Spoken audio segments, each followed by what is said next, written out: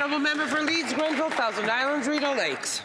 While the U.S. economy roars, real GDP per capita in Canada falls. It's a made-in-Canada recession, and these NDP Liberals have presided over the worst standard of living decline in this country in 40 years. Food bank use at records never seen before. Now the United States is going to hit us with a 25% tariff. And what's their plan? It's to raise taxes. This NDP Liberal government is going to raise their job-killing carbon tax. This Prime Minister doesn't have... The Honourable Parliamentary Secretary. Madam Speaker, he talks about our relations with the United States. I remember back when I was first elected in 2016, what did we see with the rise of Donald Trump in the United States? We saw a government that was there for Canadians, and we saw a Conservative Party at that time that was telling the government to capitulate, Madam Speaker. Right. We will not do that. We will stand for everyday Canadians, as we always have. On the issue of what happened yesterday, they don't want to talk about it, but let's talk about it. It is very, very critical to note yet again that they turned their back on Canadians. They voted against a tax cut. Years ago, they've done it again. Middle-class tax cuts, they were against them. Honourable member for Leeds, Grenville, Thousand Islands, Rideau Lakes. Let's talk about a record of this failed government that doesn't have a plan to address the 25% tariffs that are going to be imposed by the U.S. government. That is, except for this NDP Liberal Prime Minister to introduce his carbon tax being raised again on April the 1st, along with a host of other taxes. Poverty is up. Food bank use is up. That's right. Mortgage costs have doubled. Rent has doubled. If this Prime Minister doesn't have a plan to fix what he has broken, will he get out of the way for a Prime Minister who can fix it? The Honourable Parliamentary Secretary, the Minister for Affairs. Madam Speaker, our trade relationship with the U.S. is of utmost importance, and it's a key priority for our government. What Canadians want to know is where the Conservatives were last night with their axe. They did not vote in favour of axing the tax. On this side of the House, Liberal MPs stood strong with Canadian families and voted to axe the GST for 2 months so Canadians can save up to 13% in Ontario. That means prepared food, children's toys, diapers, car seats, board games, puzzles, video games, and other essentials will be much less expensive over the holidays, Mr. Speaker. Why won't the Conservatives stand with Canadian families? The Honourable member for Saskatoon West, Saskatoon University.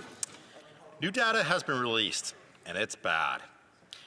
Canadians' economy is on life support. It's so bad that Stats Canada just reported our economy is collapsing. 6 consecutive quarters of GDP per capita decline. The United States is eating our lunch. Their economy last quarter increased by 2.8%. In Canada, 0.3%. Not 3%, 0.3%. Canadians are going broke, and this Prime Minister doesn't have a plan. When will he get out of the way for a Prime Minister that has a plan? The Honourable Parliamentary Secretary to the Minister of Environment and Climate Change. Let's stick to the facts, Madam Speaker. Over 10 years of Stephen Harper, we saw debt to GDP per capita grow by $1,810. Over almost 10 years. After 8 years of this Liberal government, we've seen it grow by over 11,000, Madam Speaker. Not only are we better for economic growth in this country, we're also introducing mechanisms that are really leading to affordability for Canadians, like PEI's new school food program. We introduced one in Ontario last week and PEI this week, Madam Speaker. And just yesterday, every Conservative had an opportunity to vote tax the tax. The Honourable member for Saskatoon University. New damning data has been released, confirming the results of 9 years of economic vandalism by the NDP Liberal government. We got the worst decline in living standards in 40 years. Consumer debt has hit an all-time record high, and today we learned that GDP per capita fell again for the 6th straight month. Americans are threatening a 25% tariff, and this Prime Minister doesn't have a plan. When will he get out of the way for a Prime Minister who does? The Honourable Parliamentary Secretary to the Government House Leader. Yes, thank you, Madam Speaker. The question's actually been answered on a number of occasions, but I want the member to reflect on what happened yesterday. Remember the Conservative Party and the leader? They go across Canada. They say, we're going to do you a favor. We're going to axe taxes. For the first time, they get a chance to vote on the issue, Madam Speaker. And what do? They abandon the principles. They demonstrate what hypocrites really look like, and they voted against a tax break for the holiday season, Madam Speaker. Even though during the last campaign, they campaigned in favor of it. How would you define hypocrisy, Madam Speaker? Regina Wascana. Madam Speaker, Canada's economy grew at a rate nearly 10 times slower than the economy of the United States last quarter. And this week, U.S. President-elect Trump announced that he was considering a 25% tariff on all imports from Canada. This would be devastating to our economy because we export more goods and services to the United States than to the rest of the world combined. Madam Speaker, what is the government's plan to prevent these economically devastating tariffs? The Honourable Parliamentary Secretary. Speaker, we have had 4 months of consecutive job growth, 1 million new jobs since before the pandemic, 20 straight months of wages outpacing inflation, and we have delivered $50 billion in auto investment that's creating thousands of jobs in this country. Conservatives, their track record, they lost 300,000 manufacturing jobs, and last night they delivered a kick in the teeth for working families, voting against a tax cut that we delivered. We'll be there for workers. All they do is deliver words. Honourable Member for Regina, Wascana. Madam Speaker, it sounds like this government has no plan to deal with the United States, and Canadians continue to get poorer. Today, Statistics Canada reported that Canada's GDP per capita has declined for 6 quarters in a row. The situation will only get worse if the U.S. follows through on its threat to impose a 25% tariff on all imports from Canada. Madam Speaker, since this Prime Minister has no plan to deal with the United States, will he get out of the way for a Prime Minister who does? Yeah, way to go, Mike. The Honourable Parliamentary Secretary. Madam Speaker, it is this government that has a clear track record to work with the Trump administration. In 2016, we've worked with them. In 2018, we renegotiated NAFTA when the Conservatives repeatedly asked us to capitulate. We'll continue to stand up for Canadian jobs, Canadian workers, and we'll continue to be at the table with a Team Canada approach, with premiers, with stakeholders across the table. But what I really want to know is every party leader in this House has security clearance except for the leader of the Conservative Party. When will he get his security clearance and join the Team Canada effort?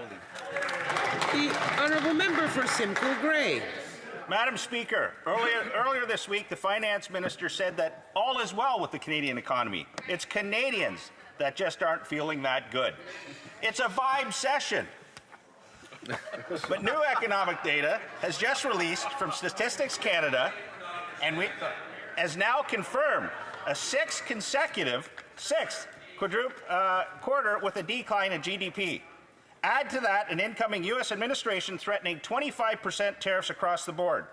If this Prime Minister doesn't have a plan beyond bad vibes, will he get out of the way for... The Honourable Parliamentary Secretary. Inflation is back to normal levels because of the economic stewardship of this government. Unemployment is at historically low levels as well. Madam Speaker, they continue to talk about economic issues these days. Let's talk about it, but let's look at their record. We cut taxes for the middle class. They were against it. We did that twice, in fact, and twice they were against it. We cut taxes for small businesses. They were against it. During the worst years of the pandemic, we put forward emergency measures to support small businesses. They were against it. And last night, we introduced a tax cut for every Canadian, and they were against it. They talk out of both sides of their mouth, Madam Speaker. They are not serious. The Honourable Member for Simcoe Grey. Madam Speaker, this government is just not serious. Canadians are facing a made-in-Canada per capita GDP recession, and the NDP Liberals have overseen the worst standard of living decline in Canada in 40 years. But what's the Liberal plan? Quadruple the carbon tax, increase housing taxes, and implement a capital gains tax increase. That's without a 25% tariff in place yet. A 2-month tax trick won't make those bad vibes disappear. That's right. Since the Prime Minister doesn't have a real plan, will he get out of the way for a Prime Minister who will? Wait, no, Terry! The Honourable Parliamentary Secretary to the Minister of Environment and Climate Change. Thanks, Madam Speaker. I think the Conservative photocopier must be out of toner because they've asked the same question 15 times today, Madam Speaker. I'll say it again. Under GDP per capita, Madam Chair, under Harper, it rose by $1,800 in a decade. In the last decade, under this Liberal government, it's risen by over $11,000. I hope your batteries on your calculators are okay. $11,000 is more than $1,800. But yesterday, the Conservatives all had the opportunity to vote to axe the tax, and they didn't. It's because they don't care about affordability for Canadians. They only want to axe the tax so it helps their wealthy oil and gas donating friends.